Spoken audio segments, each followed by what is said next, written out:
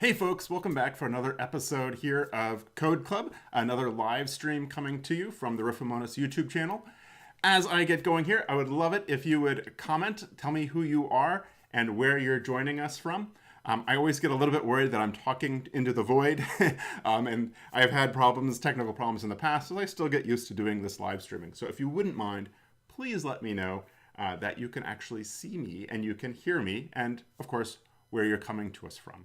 In today's episode, I have a really special, at least I think special episode for you. I am going to be trying out a new IDE. An IDE is an integrated development environment. Another IDE you're probably familiar with is RStudio.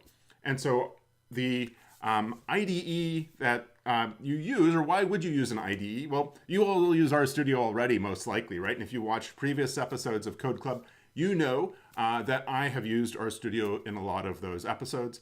In my day-to-day work, I often will use another IDE called VS Code. VS Code I have found to be really great for working with a high-performance computer environment, whereas RStudio is not so good for that. And so what is an IDE, right? And so it's integrated, right? It's an integrated development environment. So you could go ahead and use the terminal, right? And so let me share with you my terminal here as I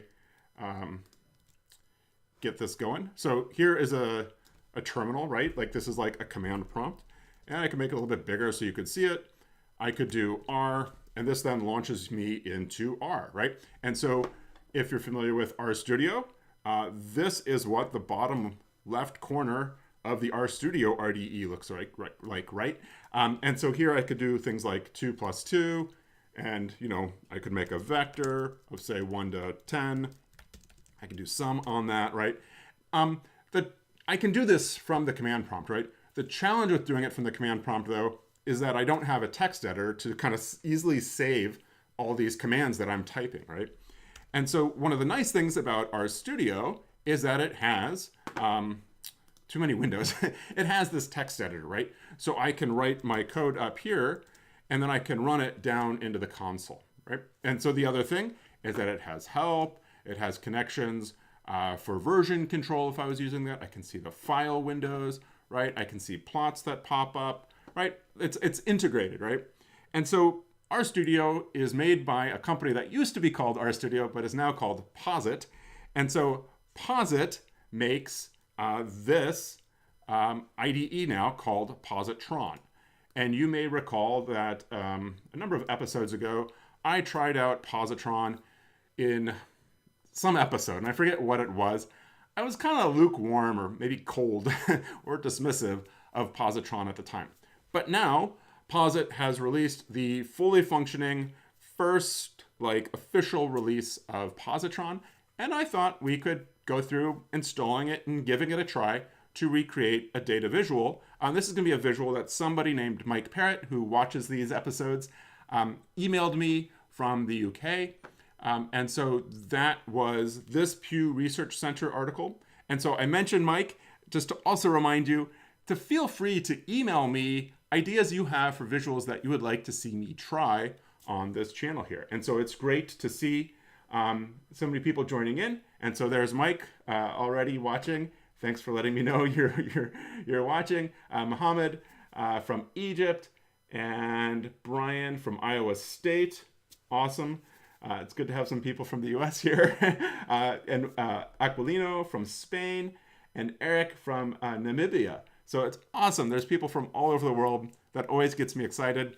And I'm always sorry because I know I have such an international audience that I do a lot of US-based things. So if there's news or if there's plots from your end of the world, by all means, send it my way. I would love to incorporate that and learn more about where you're coming from, right? And so we've got Deepu also from India, and Lori, not where she's from, and some people from Indonesia, and that really exotic place, Connecticut.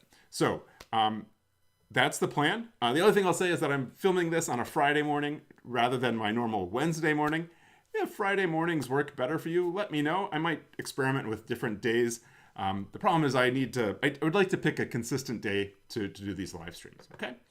So the other thing I'll point out is with this plot, You may have already seen this plot or seen me talk about it because I have a newsletter that comes out pretty much every week where I try to present how I would tackle this plot or any plot from kind of a 30,000 foot view of understanding what's going on. You can subscribe to that by going to riffomonas.org, and you'll see a very simple form to join a mailing list. Again, email comes out at most once a week. Sometimes I skip a week. But this will get you that kind of weekly high-level view of how I think through a visual. So I'll go ahead and copy this URL here into here. And I'll also put in the Pew article, paste that in, and then I will also get you the newsletter for this week's plot, okay? So, great. And we've got Lori from Toronto. Wonderful. And so, let's get going, right? And so we're going to try to do this in Positron and get my immediate takes. I have not installed Positron. I did install it for that episode a ways back, but in the meantime, my laptop got stolen, and so I had to get a new laptop, and so I don't have Positron installed. At least I'm pretty sure I don't. So we're going to go ahead and download it. It is free, so we'll go ahead and do free download of this, and this brings me to a page that allows me to specify the type of computer I have. I have a Mac, and I'm using ARM Silicon. I suspect I could also use this universal. Let's go ahead and try that. So if you don't know what version of Mac you have, if you're on a Mac, you can go to the Apple About This Mac, and then in here, it'll tell you the chip, right? And I don't think I can make this larger, but mine says Apple M4 Max, and so that's an Apple Silicon chip, right? If you had like something else than M something, then you would probably be having these Intel chips. But let's go ahead and download the universal. Oh, that's not what I wanted. This is what I want. Let's see. For some reason, it's not. The link is not happening. Why isn't the link? Oh, because I have to accept the license. All right. So I agree to the license.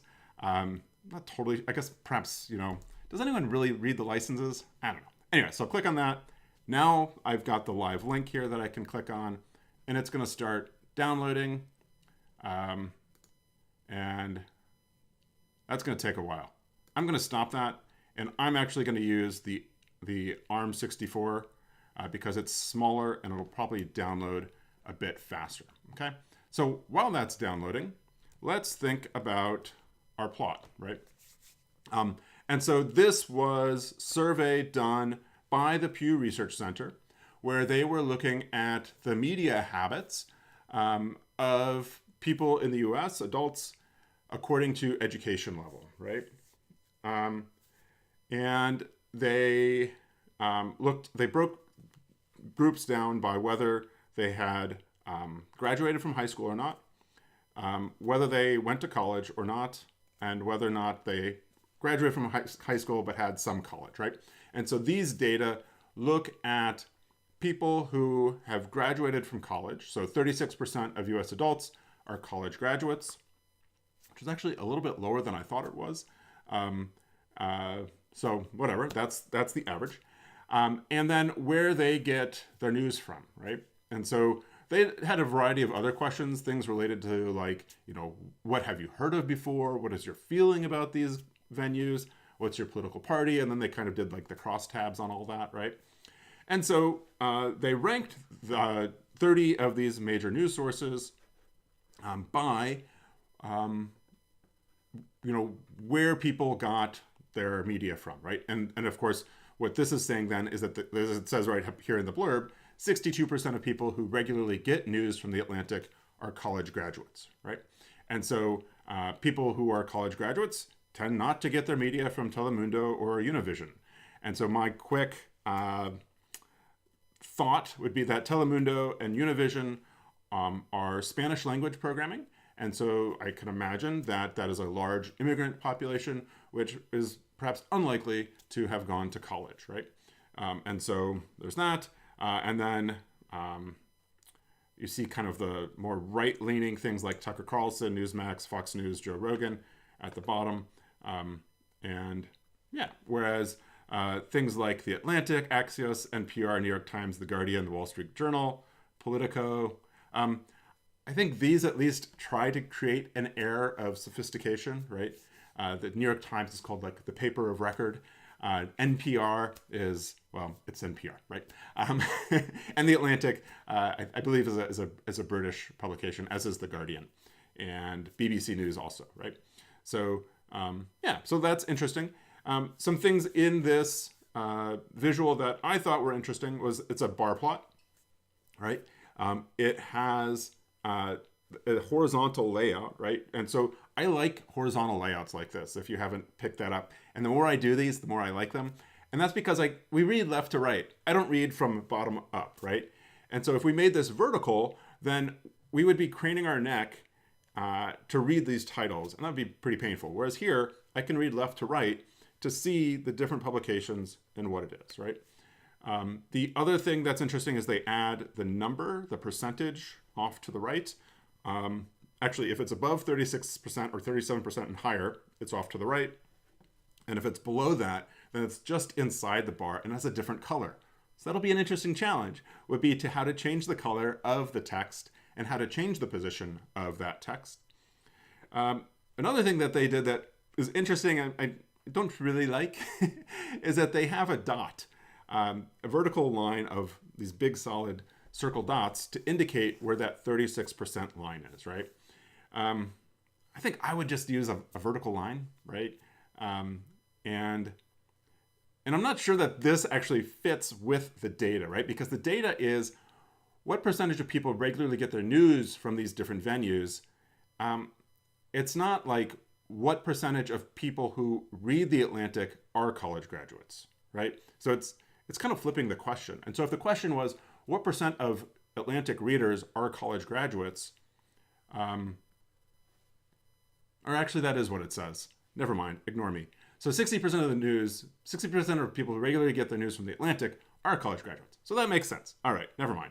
But I think I would, instead of using kind of the circle plotting symbol, I would use a vertical line and show it that way. But hey, this is different. It gives me something to think about that's a little bit different. They have bold font for the title, italic font for the subtitle, and then they have this caption down at the bottom. The Pew Research Center likes to put kind of their name in bold at the bottom of the caption. And so I think to do something like this, we'll use element text box simple.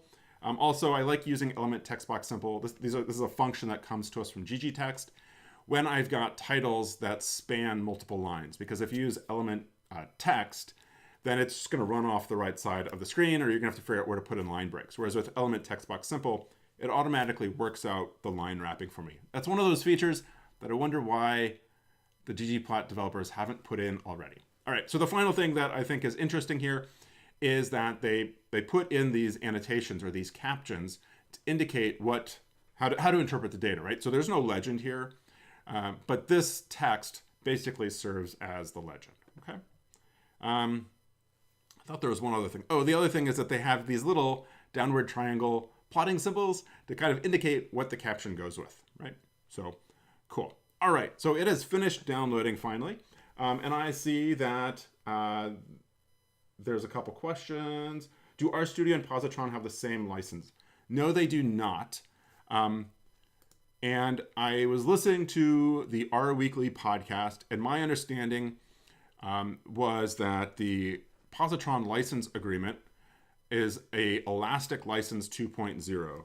And so if I do RStudio license, let's see, what is it under? It's under the GNU Afro General Public License, right? So they're both open source licenses. I believe this makes it free for everyone to use, build on, extend for personal, academic, and commercial use. Its primary restriction is that you can't host Positron as a service to third parties without Posit's agreement. So RStudio has RStudio server that allows you to basically run RStudio through a web page, right? So what they're saying is that you can't do this with Positron unless you get Posit's permission, okay? So anyway, is college university? Yes. Yes, and as Equilino says, that in the US, college is the same as university. Actually, that's not totally true. A college tends to be a smaller institution of higher education than a university, right? So like the University of Michigan is a big university, right? Calvin College, which is on the west side of Michigan, is a much smaller school, right?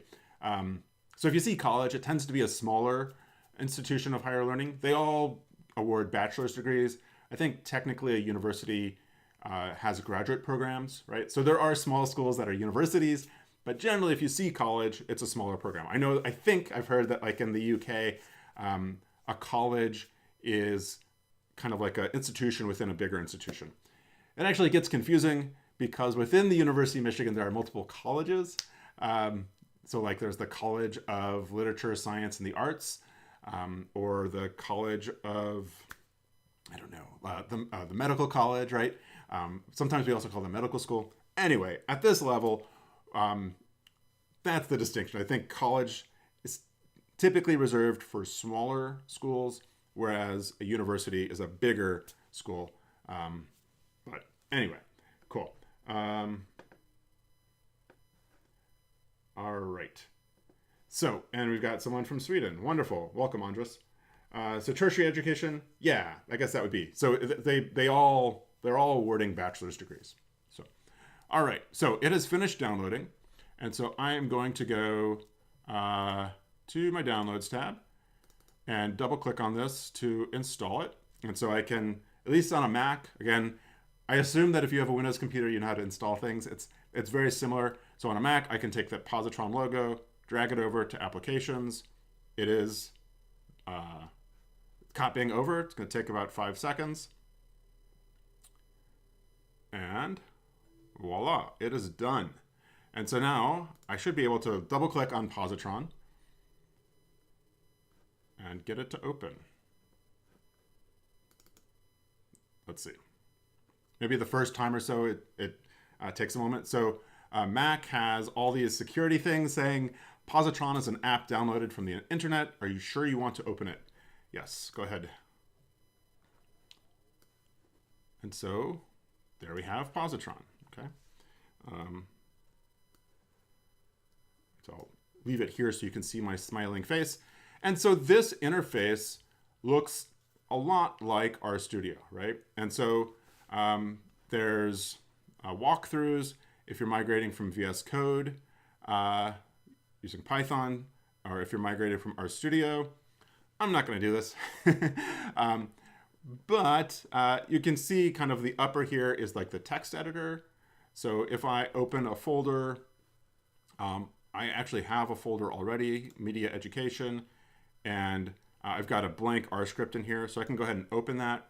And that then, again, there's more security stuff here. So I trust the authors of all files in the parent. Yes, trust the authors. I'll let Positron access files in my desktop folder, right? And so now you can see off to the left, I have the file window, right? So this is similar. Where'd you go?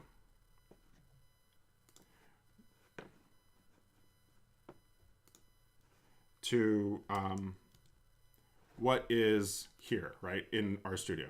And so maybe I'll do this for a while, right? So this is basically what we are seeing on the left side with Positron, right? And so I can click on media education, and this will then pop up this file. I can make it bigger and do like library tidyverse. I can do command enter, and it's going to run it in the bottom left corner like this. So let me go ahead and drag this over. And let me make the font bigger. And again, all these windows and panels can be controlled by sliding things back and forth, it appears. The reason I'm somewhat familiar with this is because this is very similar to VS Code. They're both based on the same type of the same kind of programming platform. So it's upset that I'm changing the file in the background. Anyway, we'll roll with that. Let me make the font bigger so it's easier for you all to see. It's asking if I want to import my settings from Visual Studio Code into Positron. I'll say later. And let's take a look. And I think, like, if I do command comma, or if I do, let's see, Positron settings. So I think, and I'm sorry, I'm not going to know where this is on Windows, but if you do settings, there's profiles, extensions, settings, keyboard shortcuts, all sorts of stuff. Lots of things to explore. Let's look at profiles. Let me minimize this. Yeah, so these are various settings. I'm not sure what to do with or that. Check for, no, settings. And so these are kind of commonly used things. So like font size, format on save, autosave, I have set to off. You always want that to be off. You don't want R to be saving things for you. Fonts, things like this, right? Tab size of 4. Let's make it 2. So we don't need it to be so big. Let's see. Yeah. I don't know. I generally find that I use a tool like this, and then as I go along, I have a question like, this seems weird. I don't like this. How do I fix it? And then I go Google, like Positron. How do I change the size of the tab, right? Or things like that. So I'm going to go ahead and close the settings here. So an ARM processor, I think, is only Mac, right? So I think that's right. So anyway, the spoke wheel at the bottom, yeah. So this, because we think of it as a gear, right? The gear also shows all these different shortcuts and things for themes and things like that. Okay, cool. And then again, so let me show you VS Code because, and let me open up the same file in VS Code.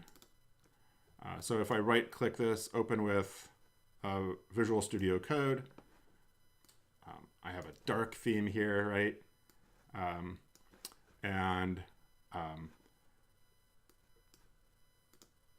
You'll see that I kind of have the same type of thing. If I open folder, I can open that, right? So let me close that. So you can loosely see that these two things look very similar to each other. The icons on the left side are very similar. And if I want to open up this, I can open a terminal and I can then run R in that terminal, and then I can run this down here, right? And normally when I'm in VS Code, I like to put this off to the right. Why aren't you off to the right? Panel position right, right? So normally what I like to do is something like this, where I have my R code here and my text editor here, right? So if I were to try to do that here, let's see, can I put this off to the right, panel position right?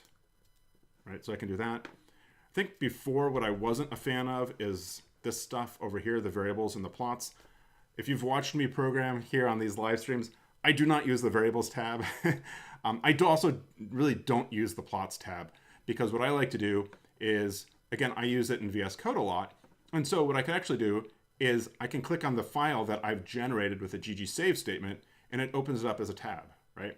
And so I find that to be a lot more useful than this plots tab, because the plot is going to come out like it looks like in the plots tab when I try to save it, versus using a ggSave statement and getting it to come out like this plot. So we'll see that as we go along. And so I think for now, I'll go ahead and put this panel back at the bottom. And yeah, so my plan here is to go ahead and just use Positron here to see if I can't recreate that figure. I'm pretty sure I can recreate the figure. And to then see what the experience is like as we go through and kind of what I learn by using the tool. Because ultimately, that's how I learn the tool the best, is by using it for some application. So, and this is what I would encourage you to do, that like, I try to learn something new with every project I do, right? So if I'm writing a paper or I've got some analysis I'm doing, to say, I'm going to stretch myself and I'm going to learn this new thing. So many, many, many years ago, maybe like 8, I had as a goal, I'm going to learn ggplot2 rather than using base R. And so for that paper, I think it was a very short paper, it had one figure. And so I said, I'm going to make that figure using ggplot2. It's going to be painful, but I'm going to do it. I'm going to learn a lot about ggplot by doing it, right? And so that's my goal here, is that for this episode, I'm going to use Positron. I might not use it again in the future. I might, who knows, we'll see. But I'm going to recreate this figure, and as I go through it, I'm going to learn about the tool, what I like, what I don't like, and go from there, right? And so we'll see how that goes. Let's see. So Mike asks, did you not need to install the tidyverse? So the tidyverse, so this is an important point about an IDE. You have R and you have the IDE. And so in my terminal here, right, I have R installed on my computer, right? And so I believe, let's see, in my home directory, oh, maybe not. Somewhere, and actually we could figure that out. So if we do lib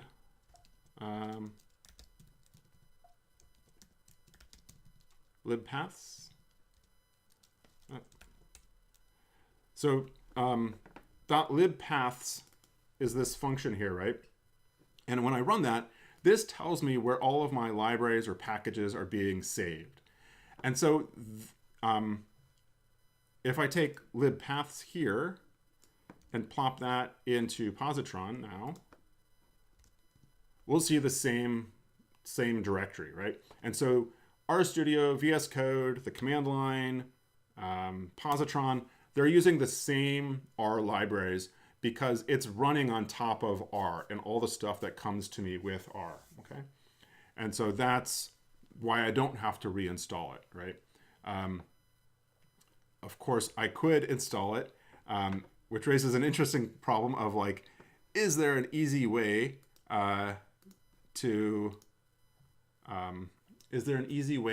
install things like there is for RStudio, right?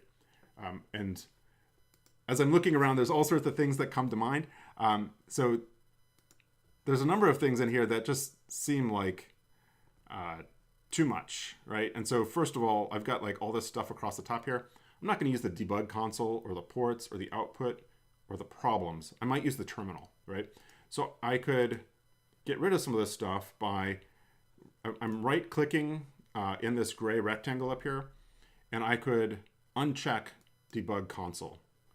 I could uncheck ports, uncheck output, uncheck problems, right? And so now I've got my console and my terminal, right? And so then if I do ls in media education within my terminal, I see those two files, right? So that's something I see. And so there's a help window up here, right? And so some of this also might look weird because I've got everything zoomed in a bit, right? But here is the help, the session information, the viewer. Yeah, I'm not really sure what that's for. Let's go back to help.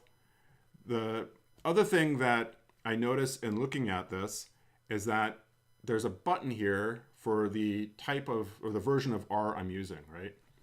And so I think what I've heard this means is that I could run Positron using different versions of R, right? So maybe I would install R version 3.5.1, and so instead of using 451, I could use that. Or if I have Python installed, I could use Python. And so I think that's what that button is allowing me to do. And there's all sorts of stuff that we could play around with, okay?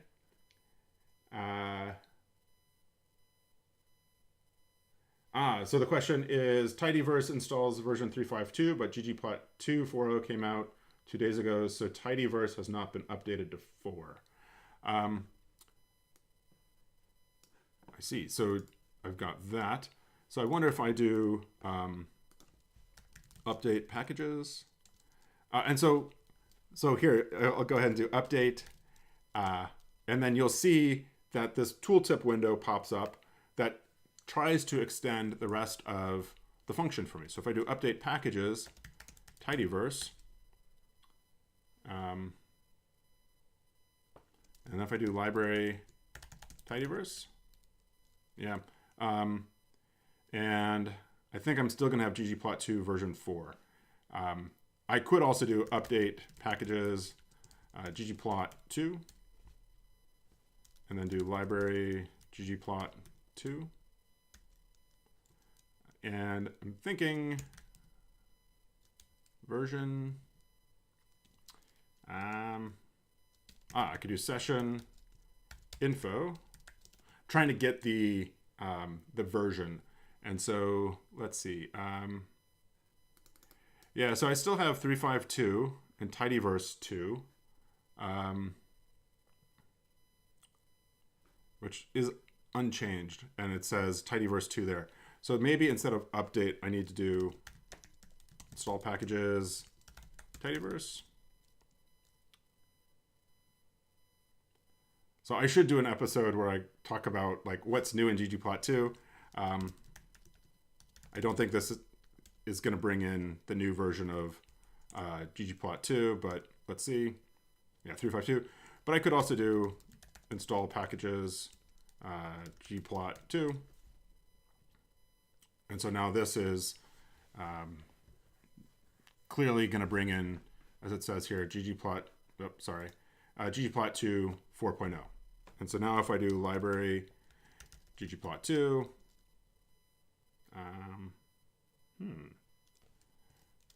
let's see, library tidyverse.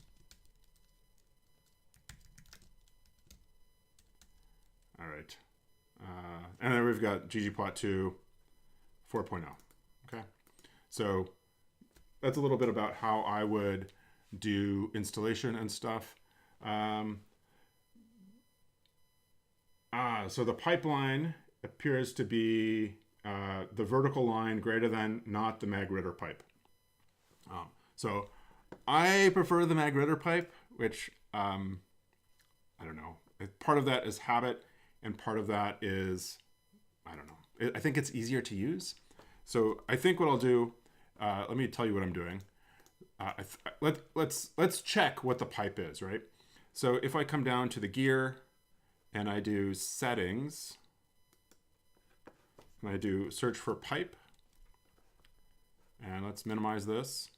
So the Positron R pipe, string to insert as the pipe operator is the base R pipe, and then I can move this down to be the magritter pipe, okay?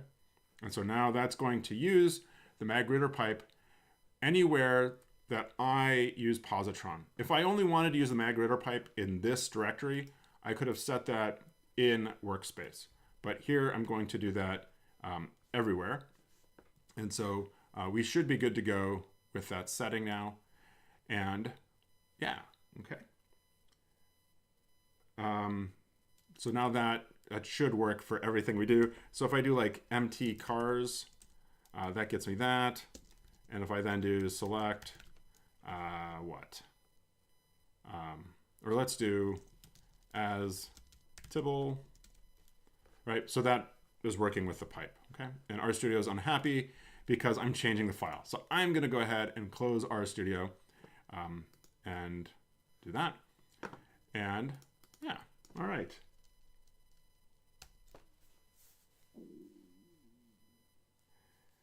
Yeah, so the pipe, the percent greater than percent is the magritter pipe, whereas the vertical line, or it's also called a pipe, greater than sign is base R. So you don't have to install anything to use this bottom pipe, but you do to use the upper pipe. And in my limited experience, I don't know, I find I still prefer the magritter pipe.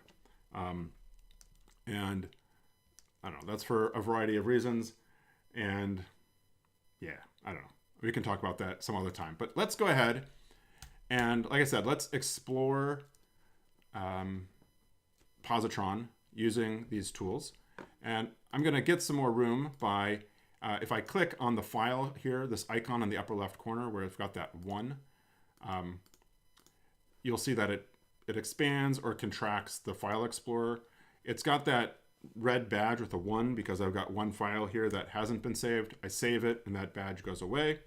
One other thing to point out is that this block down here where there's extensions, and it's telling me that there's 3 things that's installed, but to use them I have to restart. I am not going to be using these, so I don't want to mess with that.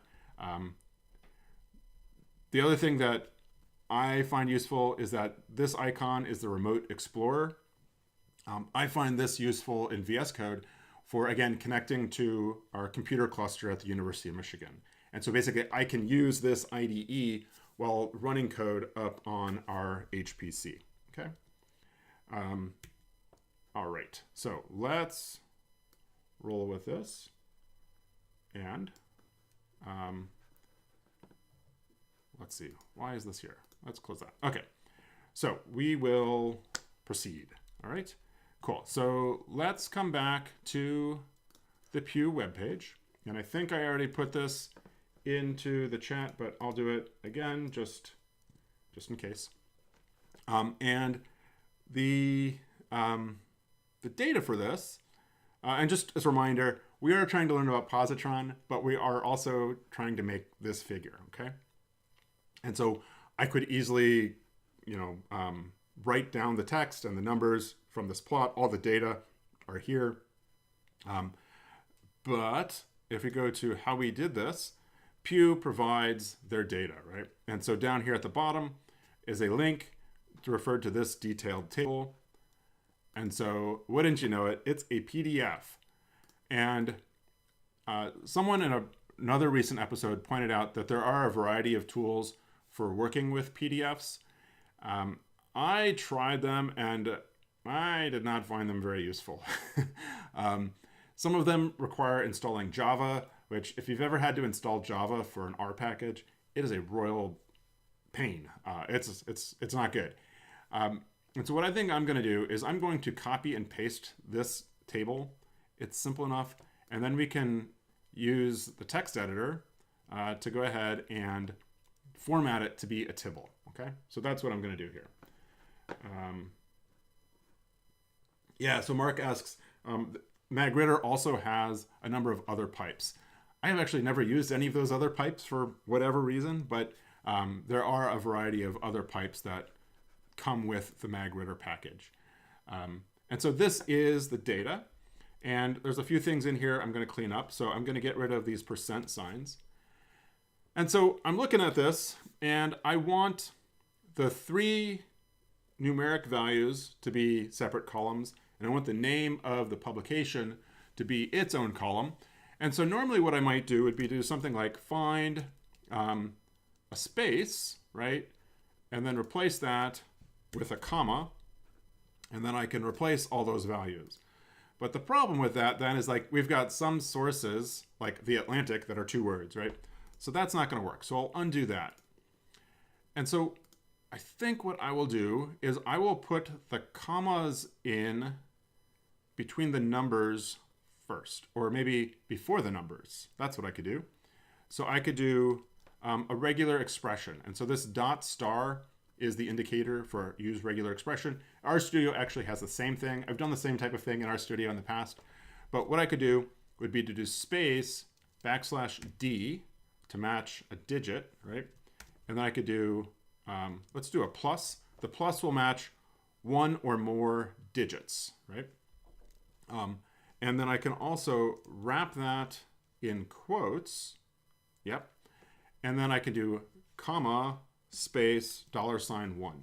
And so that $1, what it's doing is taking the value of this within the parentheses and plopping it in here, right? So now when I run that, what you see is that I've added too many spaces. So there's 2 spaces, which doesn't matter, but it just makes me...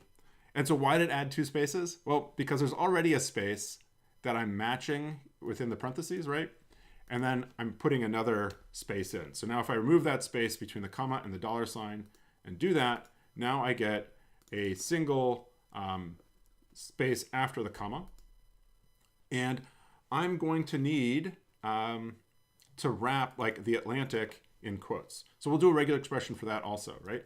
And so I'm going to match everything that's not a digit. So backslash capital D is a non-digit character that we will match 1 or more times. And then we'll go up to a comma, right? And so a comma is not a digit, a space is not a digit. So it's going to match all those things, but I want it to go to a comma, right?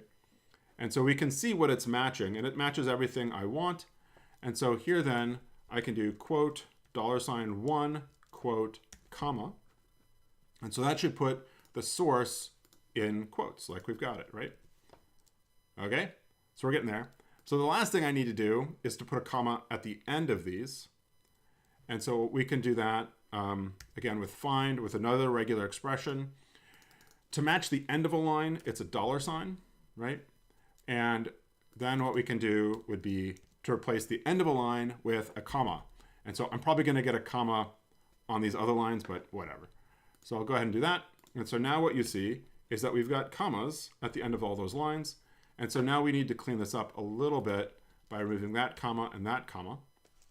And we now need to turn this into a tibble. And to do that, I'm going to use the tribble function, which allows me to define my column names and my data like this, right? So if I'm defining it with vectors, then I would use the tibble function, but here I'm using tribble. And so then I'm going to do tilde source, tilde, and then that's the first column is college plus, some college, or high school or less. So we'll do college plus, some college, and then I'll say no college. Okay, and so that needs a comma at the end there. And so I'm going to then go ahead down and highlight all of the data here. And if I tab it, hit tab, it moves that whole block over. And so now I need to close out that function with, I had a comma there at the bottom after the last value in Univision. I'll go ahead and remove that and put in a close parenthesis. And so now you'll see that all the angry marks have gone away. I go ahead and run this down in my terminal, and voila, I have a 30 by 4 tibble, right? So the 30 media sources, and then the 4 columns for source, college plus, some college, or no college. Now, for this visual, all I really care about is the source and the college plus, okay?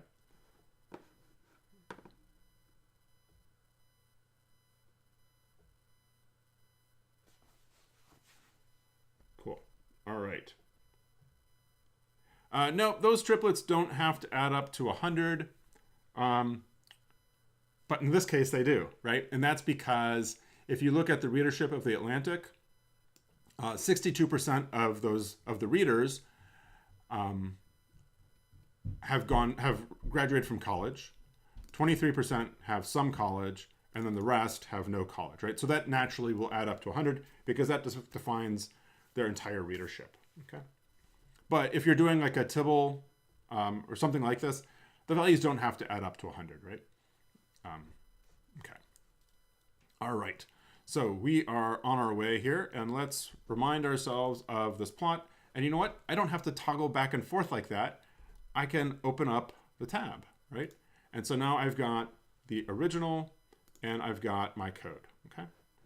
So one thing I like to do is to figure out the size of the figure that I'm going to make to match the size of their figure. And so I can do file media education original.png, and I see it as an 840 by 1648 pixel file, right? And let's see. So I'm going to want a 6-inch wide figure. So that's going to be 6 inches by something, right? And so then the math I'm going to do is going to be 6 divided by 840 times 1648. And that gets me, contacting Delphi. Why did you do that? So 11.77. I think it was bringing in this other code up here. So I don't want that. All right. So I want to do gg save, and then I'll do, wow, it's unhappy with me about something. Sorry. Media education, and then we'll do width equals 6, height equals 11.77. Get rid of this, save, and now when we create media education, and I need to add the extension, so PNG, it'll create a PNG file that's 6 inches wide and 11.77 inches high, and that'll be the same size as this file, okay? Great.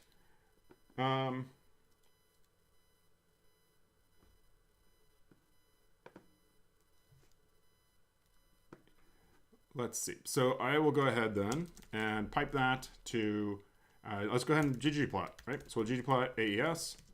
X is going to be college plus. Y is going to be source. I'll do geom call. And then we'll go ahead and save that to mediaeducation.png. And then we can see that that was created. And I think, all right, okay. So to get the tab to stay open, so I had this open, the original, and then I opened this one and it replaced that tab. And so if I double click on the file, then it'll stay open when I open up another tab like this, right? And so now you can see I've got both of those in there, and yeah, okay.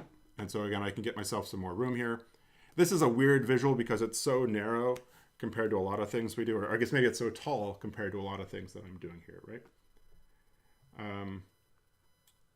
And yeah, and so Mark says you could also split the screen to the right like that, right? So I could have both tabs open, right? You'll also see that if I hide my face, in the bottom right corner, it's showing the plot here, right? So I've already, and you can like save it, and you can do all these other things. The thing I didn't like about Positron last time I did this was that it wasn't possible for me to get rid of this stuff. And so maybe if I close it, close that, and now if I come back here and run that, see, it opens it. I hate that. It really annoys me. It's on auto. Let's do never. Is that gonna get rid of that? And then let me try closing that out again. And so if I run this,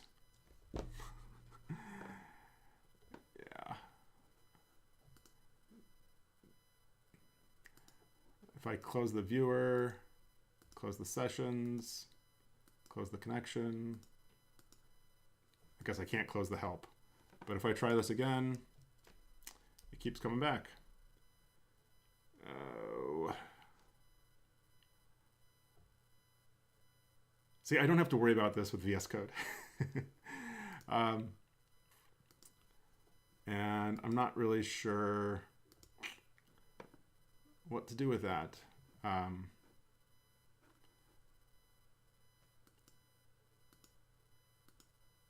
If I get rid of that by doing that, yep, it comes back. So maybe I just make it really small. I don't know. Because I agree, it'd be nice to have this like on a split pane, but I don't know. It's just a pain. I don't look like that. That would probably keep me from. Yeah, I would choose to use VS Code over Positron because of this. That's, I don't know. Maybe that's silly of me, but that's kind of my thought. And I don't know. That's a shame. All right, well, if anyone has ideas, top right panel options.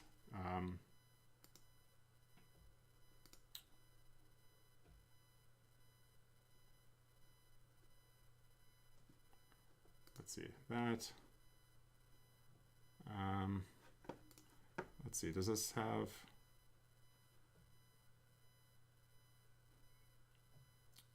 settings, plot.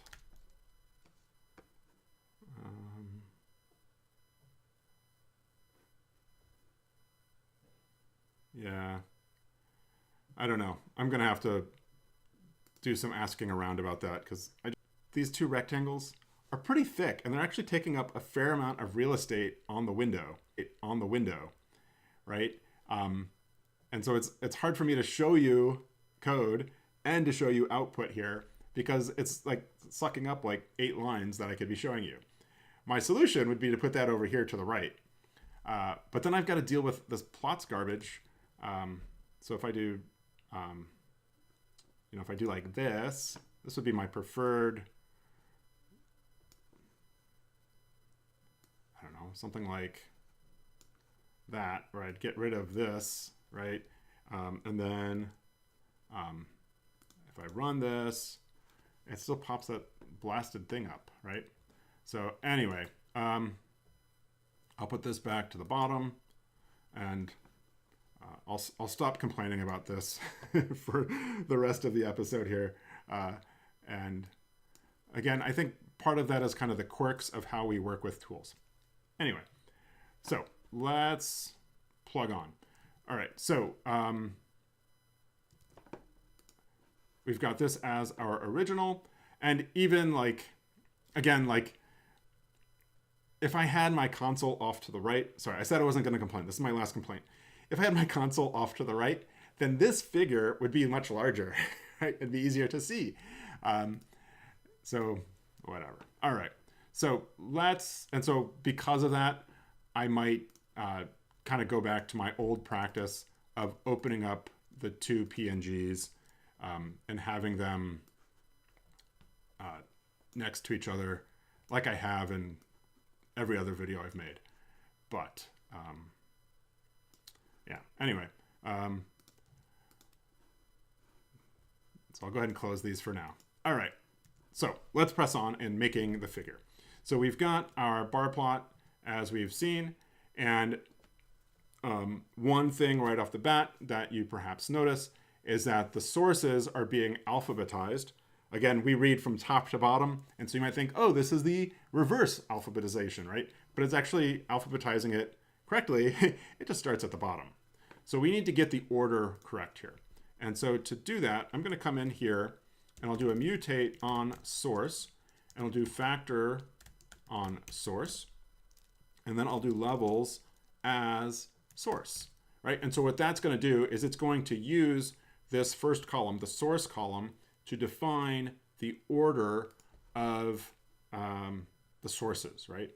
It's not going to use the alphabetization, right? So now when I run this, it's unhappy because I forgot to add a pipe here. And so there we go.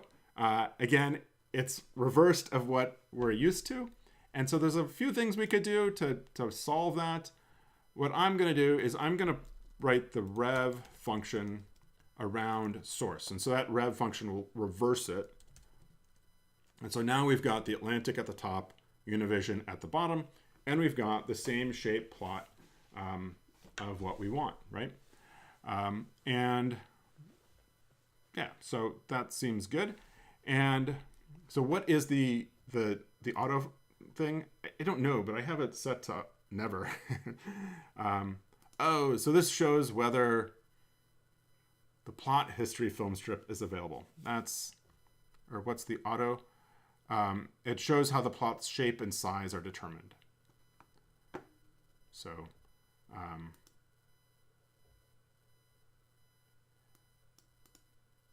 yeah, anyway.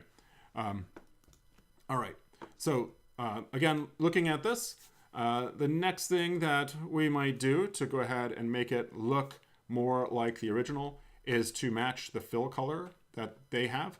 And so I'm going to do this with my digital color meter. And you've seen me do this pretty much in every episode. And so this allows me to match colors. And so I'll go ahead and copy that color. And because we are applying the same fill color to every bar, I don't need to put that into an aesthetic. So I can say fill equals, well, it didn't copy it. Let's try that again. Paste. And so you'll see also that I think in RStudio, it gives you a background highlight. That's the color that you're using.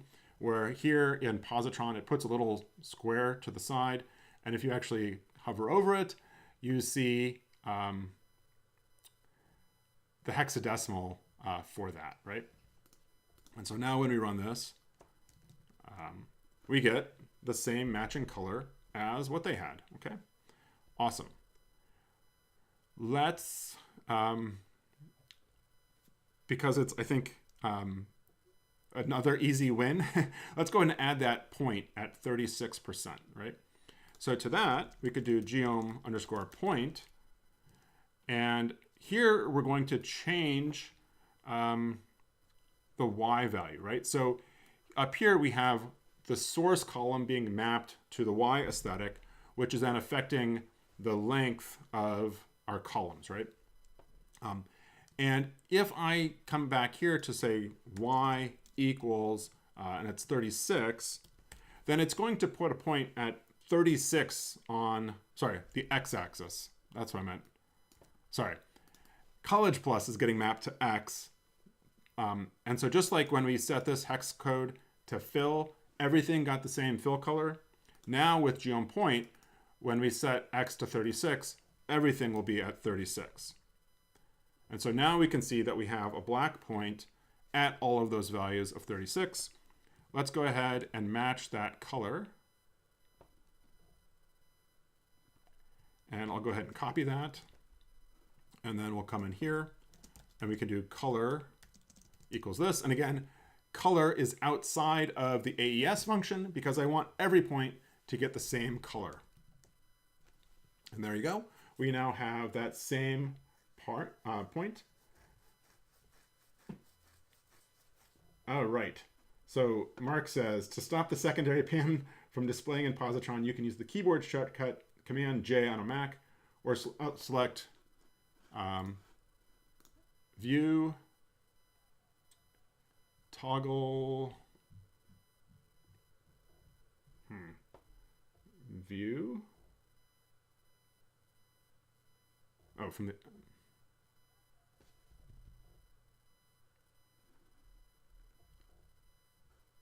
appearance, secondary sidebar bar. Okay.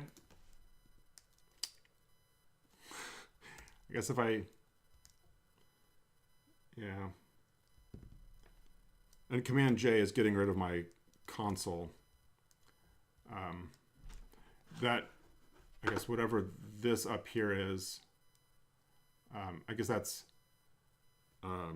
Option Command B gets rid of that. So I guess I could just keep doing this, Option Command B, but yeah, that's kind of a pain. I would like for it to persist. So anyway, let's see. So we've got our pink point.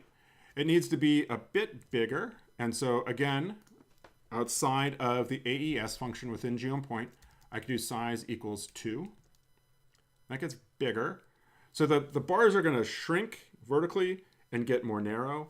But that point still needs to be a bit bigger. So let's go ahead and make it, say, 3. That might be a little bit too big, but it's close for now. So I'm going to leave that there.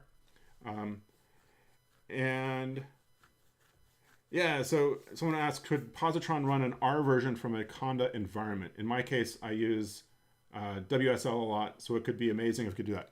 I am pretty... so I don't know about Positron. VS Code can, because that's how I use it. Like when I'm working on my HPC, I'm using Conda environments with SnakeMake. right? And so I'm using that snake-make environment to use the packages that I have, okay? So I'll have to do some more digging to see if we can do that with Positron, but I know with VS Code I can. All right, let's now turn our attention to these numbers off to the right side. And so to add that, we're going to do geom_text. Okay. And so the X position is going to be just outside for most of these of the X value, which is the college plus value, right? And the Y is still going to be the source, but we need to set a label. And so I could do down here in geom point, I could do like AS label equals whatever, but it might be fun to put all our aesthetics together. So we'll do label equals, and for now, I'm going to go ahead and do college plus. And then we've got our geom text there. And so now you can see we have our numbers, right? Like that. And but the problem is that it's right on the value, right? So I could do a few things. So I could left justify it. I could also nudge it. So let's try both of those. So we'll do hjust equals 0, and that'll make it left justified. And so now you can see the numbers are left justified, but they're still too close, right? And so there's a nudge x argument. And so let's do nudge x equals 3. And so that moves things off to the right a bit. Probably too far right. But the problem is that like for 34 on down, from USA Today on down, we actually want that to be inside the bar. Yeah. And so nudge x isn't an aesthetic, right? So let's look at this. So let's do geom text help. And so this pops up the help page, which I'll hide myself. Oh, where are you? Try that again. It doesn't like that. I think it,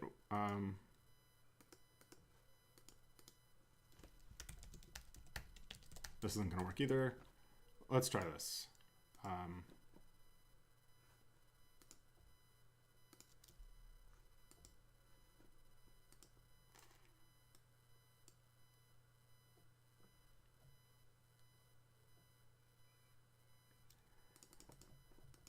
Yeah, that's not working. Well, this is why we're trying things.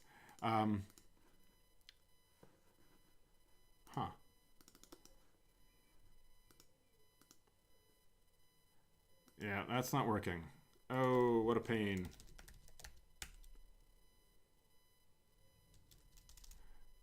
That's a pain. Okay, all right, well, we'll have to fly blind here. So I'm pretty sure there isn't an aesthetic for nudge x, right?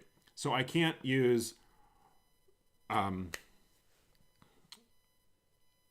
can't, I can't set a, like if the percent is less than 37, then nudge -3. If it's greater, then use +3, right? And so that's just a pain. All right, so I think what we will do is I will create a new column that will be the X position for the label, right? And so I'll come back up here to where I have my mutate statement and get this over. And I'll do X_label. And we'll do college plus. Well, it's going to be if else, right? So if else college plus is greater than 34, then I'm going to nudge it. So it's going to be college plus, let's say plus 2, because I thought 3 was too much. Otherwise, if it's less than, if it's 34 or less, then we'll do college plus -2. And we need an extra parenthesis in here. Close that out. And then down where we have label, I have college plus, but we want X label. And so now what we see is not what we wanted. Oh, what happened? All right.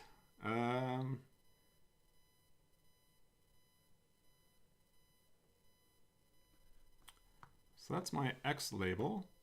So let's see what happens when we run to this point in the pipeline.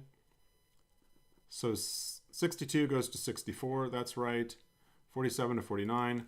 I can look at the last value and pipe that to tail. And so Univision goes to 13.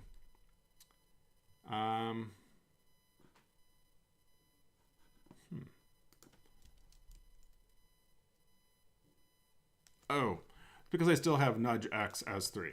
All right, let's get rid of that. Nope, that's not the problem. Oh boy.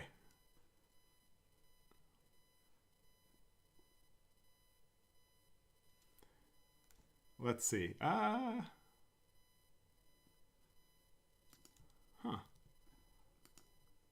me pipe this to tail just to double check myself. So X label is 15 minus 2, 13.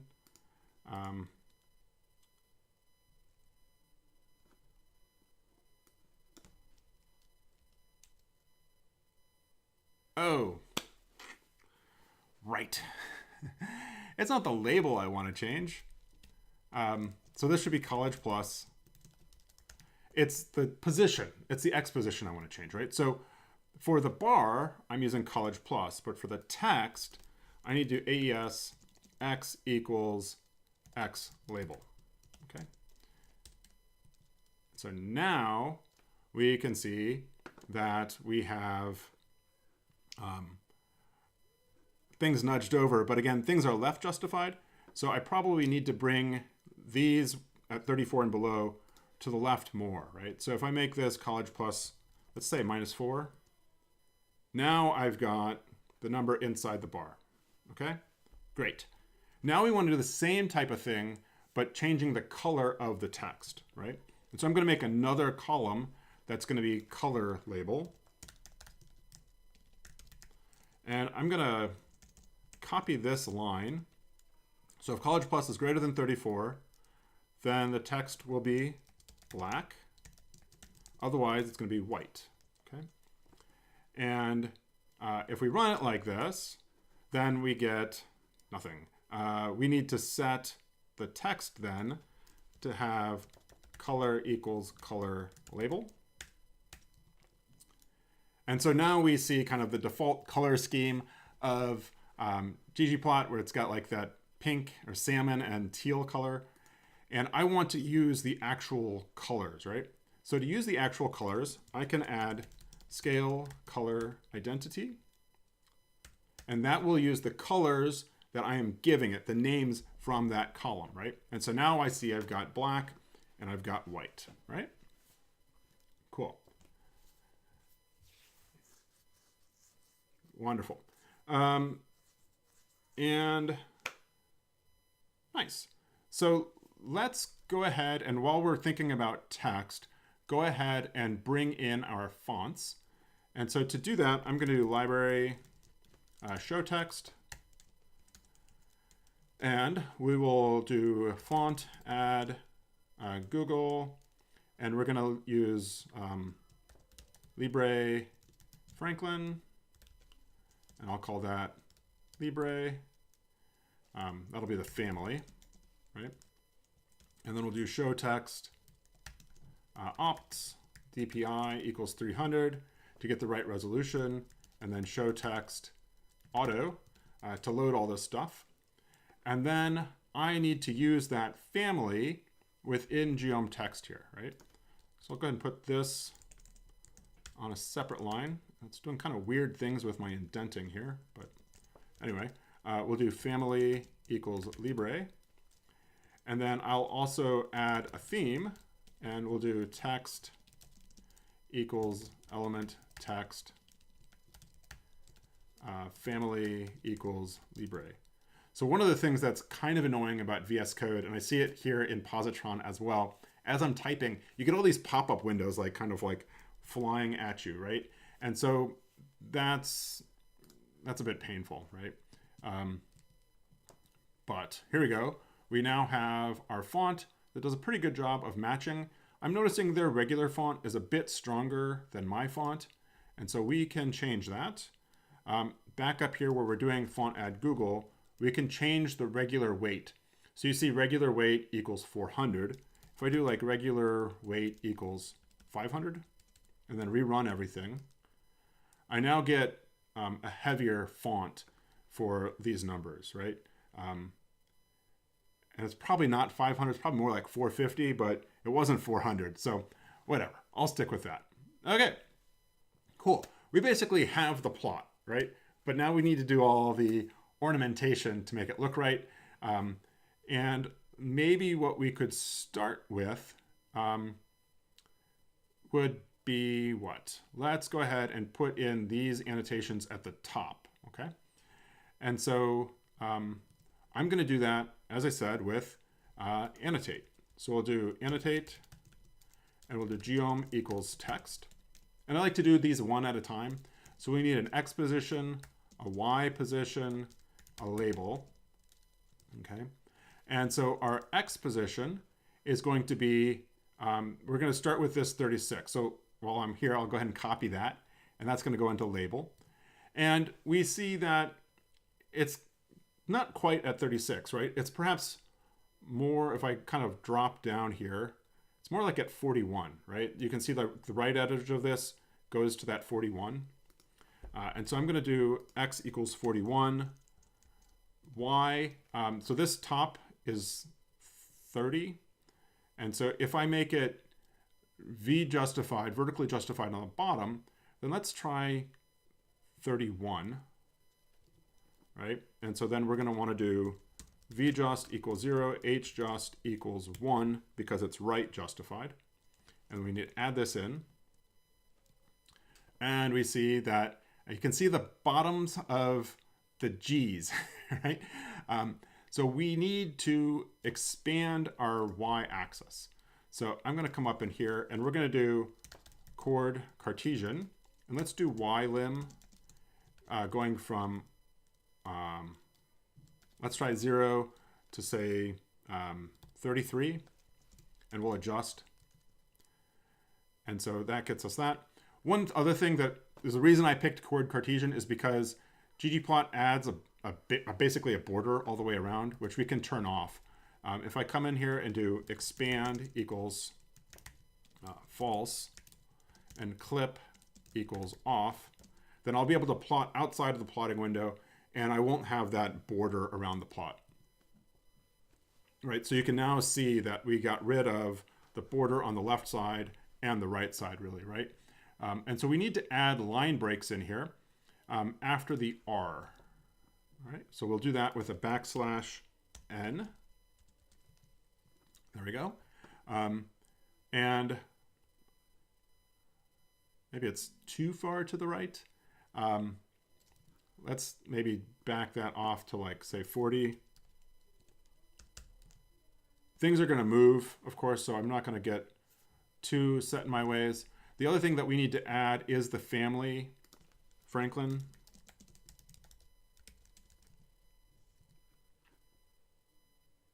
Not Libre, not Franklin. Oh, did I call it Libre? Nah. I always call it Franklin. But for some reason, I picked Franklin. So there we go. There's that.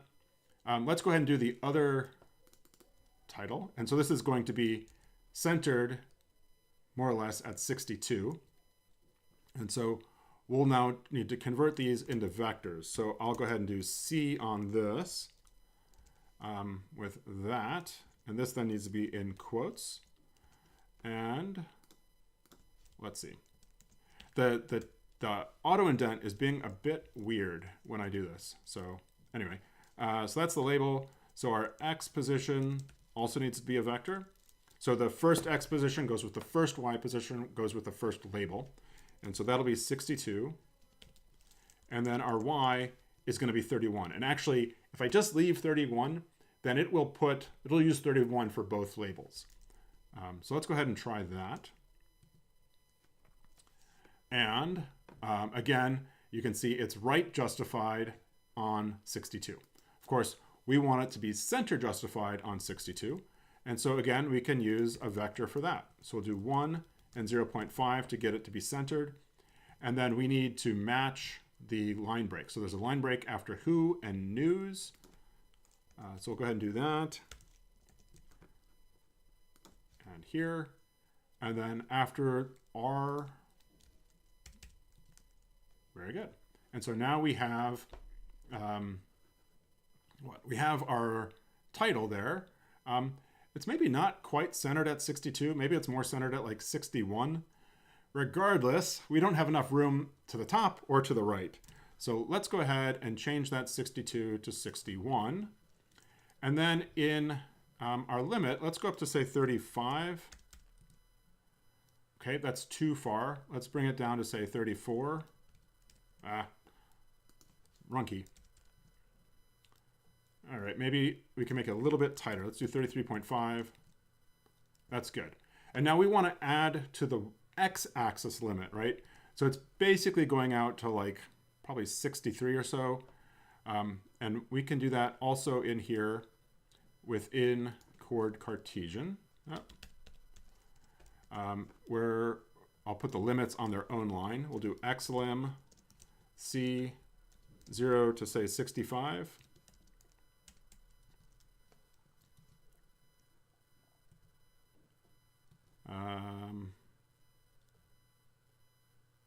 Didn't seem to do it. Let's take it up to say 75. There we go. And so we can see that the E in R is inside the margin. And so that's, I think, perfect, right? One thing I'm noticing as I look at this, though, is that the 62 should have a percent sign, right? And I also feel like the numbers are maybe a little bit too far to the right. So let's modify that. So let's see, we did +2. Let's do like 1.5. That brings it over. Who knows if it matters. And let's then get that first label to be have a percent sign. And so here then we'll do label equals, let's do another if else. So if we do if else, source equals the Atlantic, then I'm going to do, I'm going to use paste 0. Normally I use glue, but to use glue I have to do library glue and whatever. Paste 0 works. We'll do college plus, and then a percent sign like that. And then otherwise, we'll do college plus. And that's complaining because with if underscore else, the true and the false values that I have here, the first is a character, the second is a numeric. And if underscore else wants them to be of the same type. If I use if else without the underscore, it doesn't have that requirement. I like using if underscore else because I use it everywhere else here, right? So I don't want to use one function for one thing, another for another, when the only difference is that underscore, right? So I'll do as.character on college plus. And so now the true and the false values will both be characters. No error messages. And so now, oh, I still have the same thing because I'm using label as college plus rather than label. Okay, now we get that percent sign and that looks good. I'm happy with that. Wonderful. One other bit of annotation we should add are these downward pointing triangles, right? And so I'll do that also with the annotate function, where we'll do annotate, I'll do geom equals point, and then our x positions are going to be 36 and 62, and our y is going to be, well, we go up to 31, so let's try like 30.5, and yeah, let's see what happens if we do that. So that gets us a circle plotting symbol right at the top edge of the bar. And so we want it to move up a bit. So let's do, say, 31. That's too far. So let's do 30.75. And that's, I think, a good position. But we don't want that circle, right? We want a downward facing triangle. And so this is where the cheat sheets come in handy. So I remember if I looked at help, home, posit cheat sheets. Oh, wow. It brings up my browser. And where are you, ggplot? Right there. Okay, so view the cheat sheet. View this. And so down here in the lower left corner of this cheat sheet, if I zoom way in, there are two downward pointing triangles. So number 6 and number 25. So number 6, so basically everything from, I want to say 0 through 6 are open shapes, right? So if I use 6 and set the color, it's going to set the border, but the fill will be white. Whereas if I use things from 21 through 25, I've got a separate fill color and a separate border color. So I'm going to run with 25. Okay, and so let's go ahead and do that. So I will then do shape equals 25. And where'd you go? There we go. So now you can see that I have a black downward pointing triangle with an empty fill, right? Like that, if you zoom in on that, we see that this has the same fill color as the background. So it's basically transparent, kind of like what I said about symbol 6, right? So what we want to do is match the fill color to the pink color and the more like burgundy color, right? And so we can do that. I can do, I'll do, fill equals, and then I'm going to use the same for color, right? And so the two colors I want are this color first, the pinker color, and plop that in here. And then the burgundy, the darker color, in here. And I could say like color equals NA to get rid of that, but I'll just replace, kind of copy that over like this. And so now you can see I've got those triangles that are the same color, same position, and I think look pretty nice. One thing about this text is I think the line height, maybe it's fine. All right, let's go ahead then and, well, let's go ahead and add the titles, right? All right, I'm holding off on all the theme stuff. So I'll probably have to start doing that here once I start working on the titles. So I'll go ahead and copy, if I can, the title and the subtitle into here. And we'll then do labs. And I'll do title equals, I'll just paste that in. And so we'll go ahead and put quotes around the title. And it goes through varies widely here, close quote. And then we have subtitle. So you see like that pop-up is kind of in the way, right? It's hard for me to see what else is going on here. And then we need a quote there. And then I think the subtitle is a bit messed up because I think it's from space and then a few underscores. So let's go ahead and edit that. And so I'll do 3 underscores there and add a plus sign here. And so that gets us our title, which again, we'll have to fix. Let's go ahead and get the caption. And we'll add that down here. I need another comma at the end here. So do caption equals that. And we'll get all this on the same line for right now. And there we go. We now have our caption, our title, and our subtitle, but they look pretty hideous, right? So the first thing I want to do is get these to be left justified on the plot rather than on the panel, okay? So to do that, we'll go into the theme function, and I'll do plot.title.position equals plot. And then plot.caption.position equals plot. And so that brings the title and the subtitle to the left. The caption you can't see because it's by default right justified, but trust me, it is. Now what I want to do is format it to get the line breaks. And so I said at the beginning, we would do that using stuff from ggtext. So I'll do library ggtext.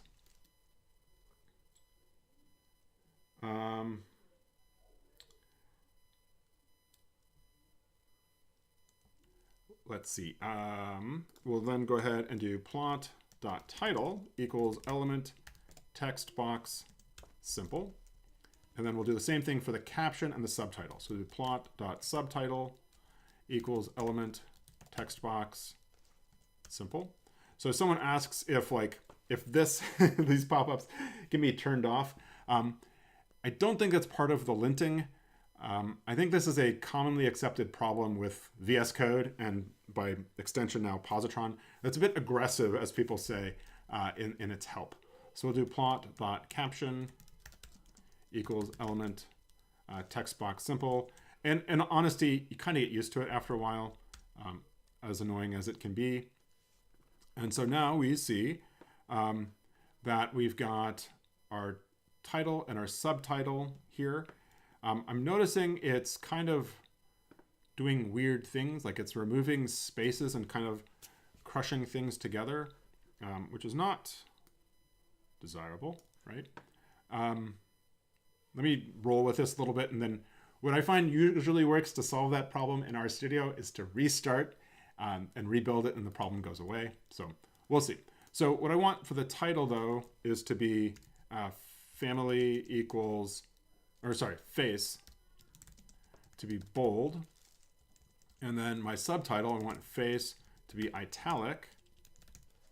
And then I want the family, I'm going to make it the default serif font. And then the plot caption, we'll leave that. Okay. All right, so I've got a bolded title, an italicized subtitle, and I've got that funkiness, right? And so I'm going to go ahead and save and then quit Positron.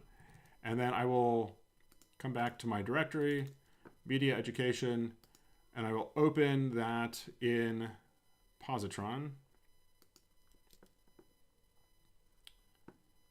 All right. And so it didn't open the folder, so I can open the folder for it. There we go. All right. And so now if I go ahead and rerun everything, well, that's even worse.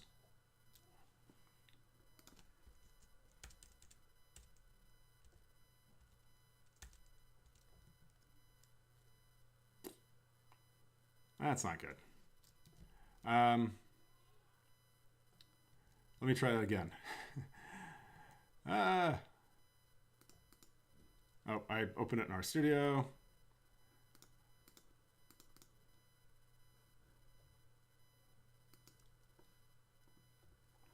All right, let's try that more slowly. Font add Google. Show text. Triple. GG save. That is not good. All right, well, let's push on as much as we can. And maybe it'll write itself out. Hopefully you can see the problem.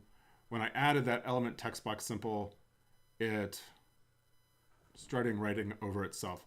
And I mean, I could always just do element text.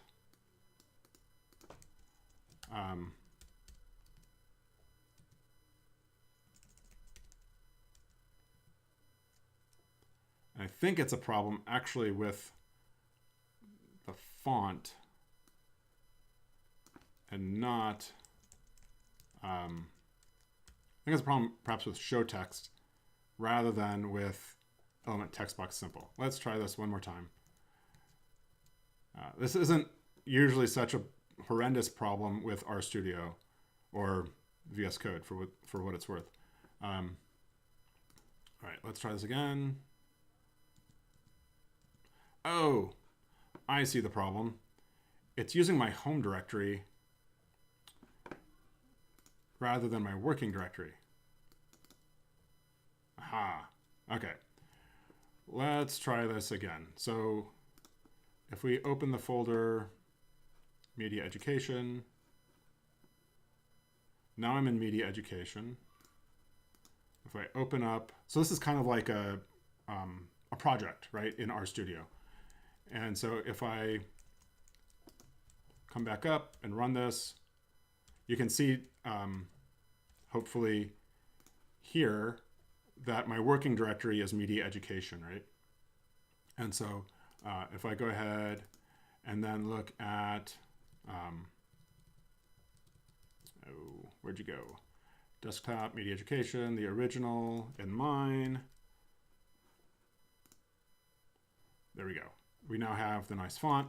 Let me try element text box simple one more time.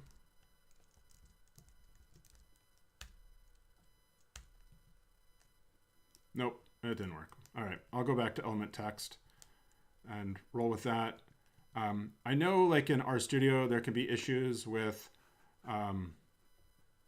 what, like the resolution or just kind of like the graphics engine it's using, and so that might be something, again, to play with down the road. Kind of making a list of things to play with later on to see if I can get them to work better.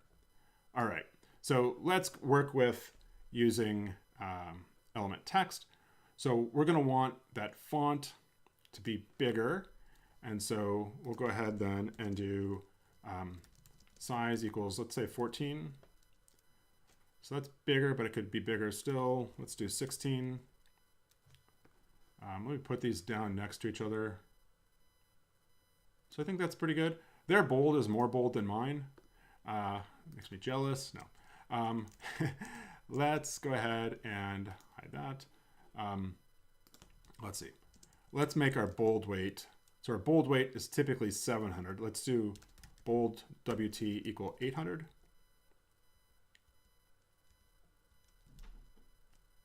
And so that makes that more bold. Okay, so I think that's a good size. And so there should be a line break between the and share. So right here. Okay, so that's good. We'll play around with the top margin in a minute, but their lines are taller than my lines. And so again, here we could do, within the element text for plot title, I could do line height equals like 1.3. As you can see, that makes it higher, but too high. So let's do like 1.2. All right, let's do 1.1. I think that's good. Again, there's more space at the top, but I'll deal with that in a bit. Actually, we could go ahead and do it now. So let's go ahead and do like plot.margin equals margin. Now let's do t equals 10. And so that gets us a bit more space at the top. All right, so we need more. Let's do, say, 20. That's too far. Let's do 18. Okay, that's good. And so that also gets rid of the margins from the right sides, right? Which maybe we want a bit of margin on the right. So let's then do r equals 5. And I think that's good. And so now what we want to do is worry about the subtitle. And so the subtitle needs to be larger. And so let's do size equals 12. Could be a little bit bigger. Let's go up to, say, 14.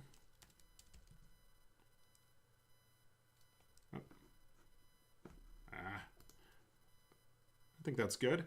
And it needs a little bit of margin above it, right? So we'll do margin. So do you see that? Oops. So I put a comma and then a line break, and it's now like putting it under theme rather than under face. And RStudio doesn't do that. But if I put a line break after the parenthesis, it tabs it in from plot, right? That's weird. There might be a setting to deal with that, but that's just something I'm noticing as I work with it here. So do margin, T, let's do 5. So that added space, pretty much bang on, I think. It's pretty good. We need a line break, though, after have a. Let's see, have a right here. \n. Okay. That's pretty good. It could have, I think the font is maybe a little bit too big. And let's go to, say, like 13.5. And then let's increase the line height.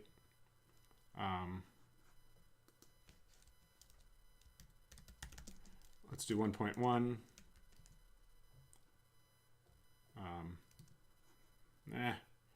Maybe we could take this down to 13.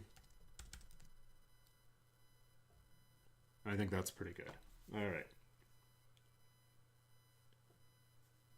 So our files in Positron do not use our proj. So if you open in RStudio, it opens the f equals default directory. Okay, great. So we're gaining on it, right? And I'm noticing that I think, well, we need some space between the bottom of the subtitle and the top of the plot. So let's see, back here in the subtitle, we could do B equals, let's try 20. So that pops that down wow, I got that like immediately right. It's kind of surprising. So that looks pretty good. And our bars are, I think, thicker than their bars. But let's worry about the caption first, right? And so coming back to the plot caption, we need this to be hjust equals 0 to make it left justified. So now you see it's left justified. It's also black when it could be gray. And so let's do color equals gray 50. Oh, that's annoying.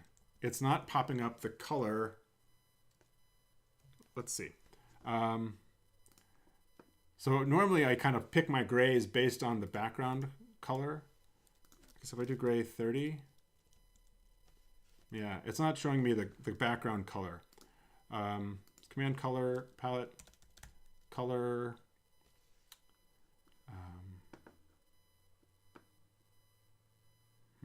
Yeah, all right. So that gets it to be gray. It could be bigger. So let's do size equals 11. I think that's pretty good. One thing I'm looking at is like the date. So the line break is after 2025 semicolon. So there should be a line break here. And so maybe what I could do is pick a font that allows me to see that 2025, a size, right? So if I go up to 10, very good. There we go. That's there. And so then we need a line break between current and population. Okay. And then Pew Research needs to be on its own line. Or this last one, right? All right. So the problem with not being able to use element text box simple is I won't be able to make Pew Research Center bold and black. Suppose there's probably a way I could deal with that, but whatever. So let's go ahead and put a margin on the bottom of the plot now. And we'll do, let's do B equals 10. That brings that up. It could go up higher. Let's try 20. I think that's pretty good. I'm going to come back to this because there's other stuff in here that we need to remove, right? So I'm noticing like my margin, I think on the bottom, or not the margin, the limit is 0, when it should be probably 0.5, because that first, was it Univision, is actually at 1, and the bars then are like plus or minus a half.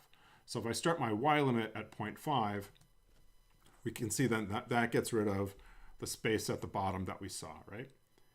Let's then go ahead and remove the tick marks and our X and Y labels. And so I'll go ahead and do that here in labs.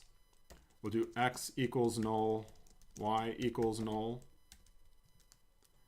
So that got rid of those labels nicely. Let's get rid of the ticks on both the X and Y axis. And we can do that here in theme. We'll do axis.ticks equals element blank. So that get rid of those tick marks. We want to get rid of these numbers at the bottom, which we can do with like axis.text.x equals element blank. So again, axis.ticks doesn't have an X or Y because I wanted to remove the ticks from both axes, whereas axis.text.x or axis.text.y, I want to keep those because that's the name of the sources, right? But I want to get rid of the text on the X axis, right? So sure enough, that nicely goes away. Very good. So now let's return to our caption, and we can make the line height a bit bigger. So we'll do line height 1.1. I think that's pretty good, but we could then bump it up vertically a bit to get it to align. Let's go up to 25. I think that's pretty good. And yeah, I think that's pretty nice. The text on the y-axis, as I was mentioning it, we could modify to make it a little bit bigger. The text seems a little bit small. So we'll do then axis.text.y equals element text. And let's do size equals 12 as a start. And so that's too big. Let's make that 11. I think that's pretty good. Although I'm noticing that there's some space to like the left of the Joe Rogan experience and maybe a little bit more space to the right. So we can modify that with the margin. So we'll do margin equals margin. Let's do L equals 15, R equals 5. And I think that's pretty good. The font might be too big. I think it's cool. I think it's also gray because the axis text by default is, the default theme is theme gray, which makes that text gray. So we can do color equals black. And so that, I think, did make that text a bit darker. Okay. All right. And so as I look at this, I'm noticing we might need some more space to the right here because that E isn't quite separated from the right side. So we did that in plot margin. Let's take that up to say 10 instead of 5. And that brings it over. And their text is right on the left side. There is no left-hand margin. So I'm cool with that. Now, there's a couple things we still need to do. So one thing is that now that we've got the aspect ratio of everything, I think pretty good. Our bars are too thick. And I think by default, the bar size is like 80% of the width. So we could do geom call. Let's do width equals, let's do 0.8 to see if that changes anything. I think that did actually bring it in. So maybe the default is like 0.9. Let's try 0.9. I think I like 0.8, but let's go to 0.9 just to see if that's the default. I think 0.9 was the default. So let's take that back to 0.8. I think that's good. I think the plotting symbol is the right size. These numbers that are inside of the bar probably need to go to the left a bit. And so we did that way back up at the beginning here with this -4. So let's do -5. And that comes in. I think that looks good. Now what we need to do is get rid of those grid lines and the background. We could get rid of the background and not worry about the grid lines, but I would know they're there. You would know they're there. And so let's just get rid of them. So let's come in here to our theme function, and we'll do panel.grid equals element blank. And that turns off the grid lines, right? And then we can do panel.background equals element blank. And there we go. So the thing that kind of sticks out to me is this Pew Research Center is gray instead of a bold black. I would normally do that with like maybe I could do an element markdown. Maybe instead of element text box simple, I could use element markdown. Let me just show you how I would do that because I feel, I don't know, cheap by not showing you what it looks like. So if I do element markdown, it's going to complain because it doesn't like the \n line endings. It prefers the HTML tag, which is the BR. Okay, so the BR break, and then there's another one in here like that. And then right here. Okay, so that doesn't really change anything as we see. But we could then come back in here and we could add markdown or HTML. And so I could do like 2 stars around this. And so now you see Pew Research Center is gray. And let's see, we could also make this black by doing span. And then this is going to be HTML with CSS, right? So, and I have to use single quotes because I'm using double quotes on the outside, right? So we'll do style, color, black. Yeah. And then we need to close out the span, the / span. And so now we see Pew Research Center is bolded and black. For some reason, the line height went away. So plot caption, if we take that up to 1.3, that makes it a bit better. Let's try 1. Oh, that wasn't the one I wanted. This is the one I wanted. 1.5, and that's pretty good. All right, now I feel better about the situation I'm leaving things in. Can you bold Pew in caption using, yes, you could use B instead. All right, so like I said, I think we've done a pretty nice job of recreating their visual in Positron. Now, there's some homework that I need to do. So let's jot down some comments. So the plot window won't go away.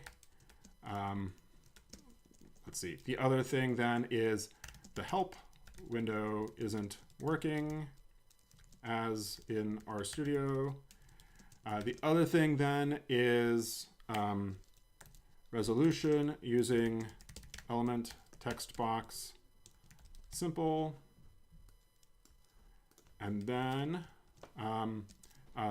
background color highlighting of things like gray 50, right? It does it for the hex, but not word, okay? Is there anything else that I'm forgetting? I think those were, so issues with Positron, okay? So,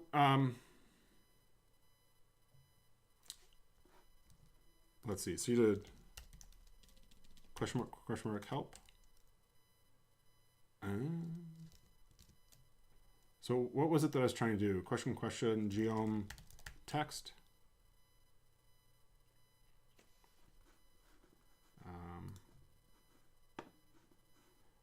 So I go back and do a single question mark geom text. Now it opens it. All right. Help window is being weird. See if I can recreate. Yeah, so it's working now, right? And actually looks rather nice, right?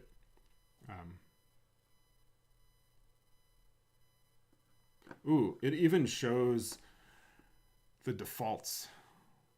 That's pretty That's pretty nice. It didn't have nudge like I thought, right? So that's cool. All right. So those would be my critiques of Positron. Again, my first use with it. One of the things that, as we come to the end here, one of the things I still wonder about is like why, right? And maybe what I should do in another episode is do a similar type of thing with VS Code. And so if that's something you would be interested in doing, seeing, I would be very happy to use VS Code in a future episode. Because I still feel like, at least my way of working with it, which is my way of working with it. That's not necessarily your all's way of working with it. And I think I saw some comments along the way of people struggling to use VS Code with plots. Yeah, so I guess I'm left kind of wondering, like I said, why? Why do we need this IDE rather than making VS Code easier to use? Cynically, I know that Posit is a company that, as nice as they are, they still need to make money, right? So they need a product that they can sell and that they can kind of add features to sell to people. So that's like I said, very cynical take on it. But I'm wondering, like, why this over VS Code, or just making tools to make VS Code easier to use? It might be beyond my understanding of any of these tools, but anyway, just throw that out there. If anyone from Posit is watching, I would love your feedback. I hope what I've demonstrated here has been useful to people at Posit as well as you all watching. I would love for people to also leave a comment down below. Let me know if you're convinced. Will you start using Positron, or will you still use RStudio? Posit says they will continue to develop Positron, or they continue to develop RStudio along with Positron. But yeah, let me know if you've been swayed one way or the other to try this new tool. I think it wouldn't hurt to keep trying it and playing with it. I would certainly say it's only going to get better with time, right? This is probably the worst version we will ever see. I say that, and at the same time, I had to use EndNote earlier this week, and I think the latest version is even worse than the previous version, which was worse than the previous version. Anyway, I am confident that this is the worst version we'll see, and it will only get better with time. So let me know down below in the comments if you have any thoughts or your own experiences. Also, if you have ideas for data visualizations that I should try in a future live stream, by all means, let me know. Keep practicing with this stuff, and we will see you next time for another episode of Code Club. Thanks, everyone.